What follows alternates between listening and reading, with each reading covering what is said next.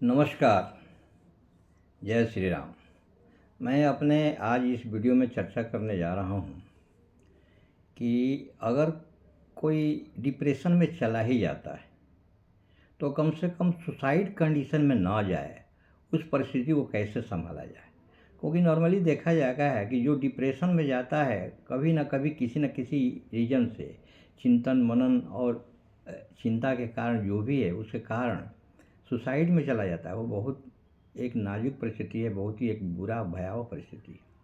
तो ऐसे कंडीशन में ना जाए, कोई सुसाइड कंडीशन में ना जाए, क्योंकि एक फिगर देखा गया है कि आज के डेट में जब 1950 से आज तक 4000 5000 तक केस हुआ करते थे, अभी वो 13-14 हज़ार 15 हज़ार केसेस हुआ कर रहे हैं।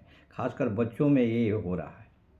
और बच्चा क्या, बच्चे बुजुर्ग या कोई भी जब ये डिप्रेशन में चले जाते हैं तो उनकी परिस्थिति यही होती है ताकि ये सुसाइड में न जाएं और वो डिप्रेशन से निकाल लिया जाए।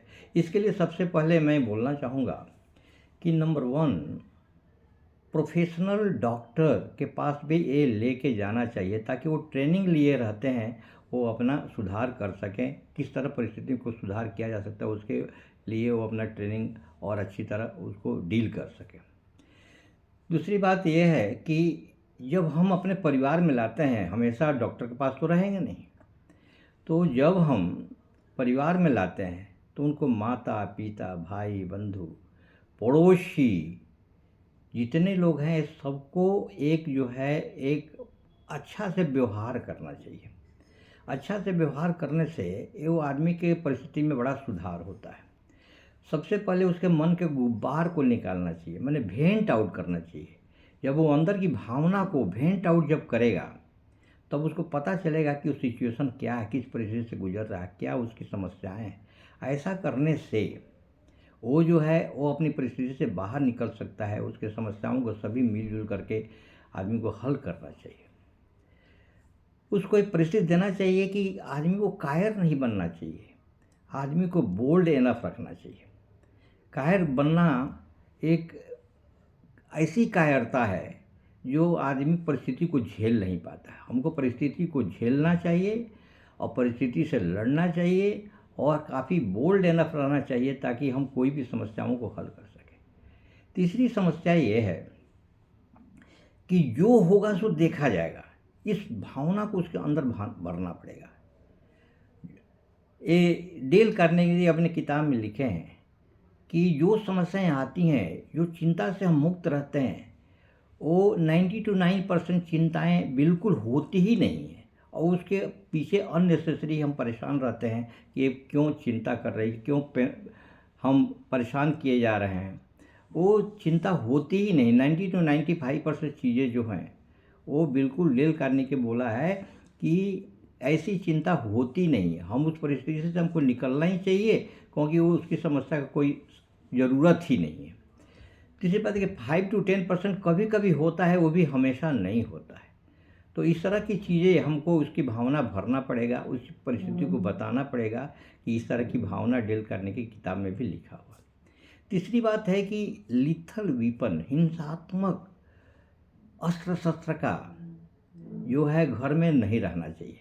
हिंसात्मक अस्त्र शस्त्र रहने से कोई न कोई परिस्थिति आएगा, वो अपनी उल्टी सीधी बात करके अपने आप को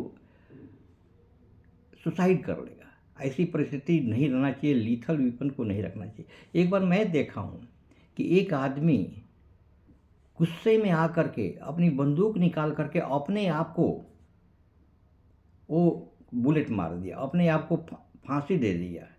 बुलेट मार करके अपने आप को सुसाइड करके और उस लाइसेंसी बंदूक से वो समस्या अपनी खड़ा कर लिया। तो ऐसा लीथल वीपन को नहीं रहना चाहिए। फैमिली को, फ्रेंड्स को, माता पिता को ये लव अफेक्शन उसको हमेशा देना चाहिए। लव अफेक्शन से काफ़ी समस्याएं हल होती हैं और उसका ज़रूरत है। कई बार ये होता है कि कॉलेज में रैगिंग कर लेते हैं बच्चे लोग। रैगिंग करने से उनको ऐसा सिचुएशन में डाल देते हैं कि अपने को सोचते हैं कि हम क्या करें, कैसे करें। उस हालत में दूसरे बच्चों को उनका भी सिचुएशन लेना चाहिए कि ऐसे बच्चों को हम कैसे संभालें। तीसरा बात कि माता पिता को भी देना चाहिए कि अगर रैगिंग हो ही गया तो उसमें क्या फ़र्क पड़ता है? कुछ फ़र्क नहीं, तो उसके लिए बिल्कुल चिंता करने की ज़रूरत ही नहीं है। रैगिंग होता है, होने दीजिए, लेकिन अपने को इससे बाहर निकलना, उसमें सबसे हमारी बहादुरी है। तो इस तरह कॉलेज में रैगिंग की जो समस्या आती है उसको भी हटाया जाना ज़रूरी है, और उसको डिप्रेशन वाले आदमी को इस तरह की सिचुएशन से बाहर निकालना ज़रूरी है। दूसरे के सामने माता पिता को क्रिटिसाइज नहीं करना चाहिए ऐसे बच्चों को। क्रिटिसाइज करने से वो बच्चे अपने आप को बहुत इन्फीरियर समझने लगते हैं। अपने आप को, बच्चों को अप्रिशिएट करना चाहिए। अप्रिसिएशन एक ऐसी चीज़ है कि दुनिया में कोई भी ऐसा आदमी नहीं है जो अप्रिसिएशन नहीं चाहता है। दुनिया में हर आदमी अपने आप को अप्रिशिएट कराना चाहता है, और उसको अप्रिसिएशन देते रहिए, उसकी भावना हमेशा मेंटेन रहेगी। तीसरी बात है कि फ्यूचर ऐसा नहीं है कि हम फ्यूचर में इसी परिस्थिति के साथ हम जूझते रहेंगे। फ्यूचर में बहुत सारी चीज़ें हैं जो हम आगे बढ़ सकते हैं। उस फ्यूचर को लेकर के हम बहुत सारे, हमको आगे बढ़ने की तमन्ना बढ़ेगी।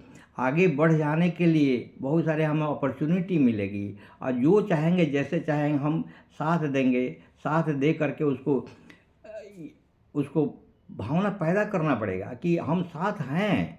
और इस तरह हम किसी तरह की बिजनेस में हो, मार्किंग में हो, चाहे किसी प्रकार का हम किसी चीज़ से निकलने की जो संभावना है, उस तरह निकल करके हम आगे बढ़ेंगे। और ये हमारा कोई ये बिल्कुल लास्ट अपॉर्चुनिटी नहीं है ताकि इसी में हम उलझे रहेंगे। इस तरह जो है, अगर कोई बच्चा या कोई भी आदमी जो अनएथिकल रीजन, किसी अनैतिक कारण में कोई पकड़ लिया जाता है, तो उसको भी इस भावना से निकलना पड़ेगा, और उसको अनैतिकता के तरफ वो बिल्कुल जाना नहीं पड़ेगा, ताकि को कसम खा ले कि हम इस तरह की सिचुएशन कभी न लाए। इस तरह करके हम अपने को, आपको अलग निकाल सकते हैं। ये सब करके, इसकी और मैं बता दूँ, माता पिता भी कुछ ऐसे कारण हैं जो आपस में माता पिता झगड़ते रहते हैं।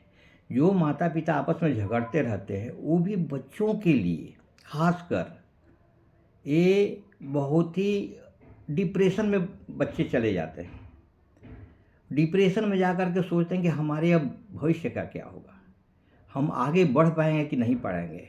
हमारी समस्याएं इतनी बढ़ जाती है। वो ऐसे करने वाले, जो माता पिता झगड़ा करने वाले जो हैं, ये अपना सिचुएशन अंधकारमय देख करके और बच्चे डिप्रेशन में चले जाते हैं, कई बार तो सुसाइड में चले जाते हैं।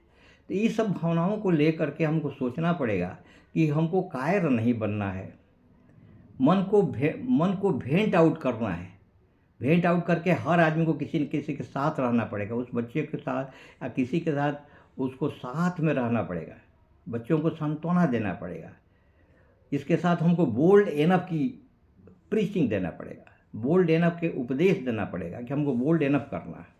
डेल कार्नेगी की तो भावना देना ही है। डेल कार्नेगी की 99% चीज़ें होती ही नहीं है, इनकी समस्याएं बिल्कुल नहीं होती। बिल्कुल इसके पीछे हम जो है चिंता कर रहे हैं। चिंता करने की ज़रूरत ही नहीं। लीथल वीपन का घर में कभी उपयोग नहीं होना चाहिए। लीथल वीपन को कभी घर में रखना ही नहीं चाहिए। सभी फैमिली, फ्रेंड्स और माता पिता को लव एंड अफेक्शन देना चाहिए। कॉलेज में कभी रैगिंग नहीं होना चाहिए। दूसरे के माता पिता की और किसी के भी माता पिता को बच्चे के साथ कभी क्रिटिसाइज नहीं करना चाहिए। उसको ऑलवेज अप्रिशिएट करना चाहिए।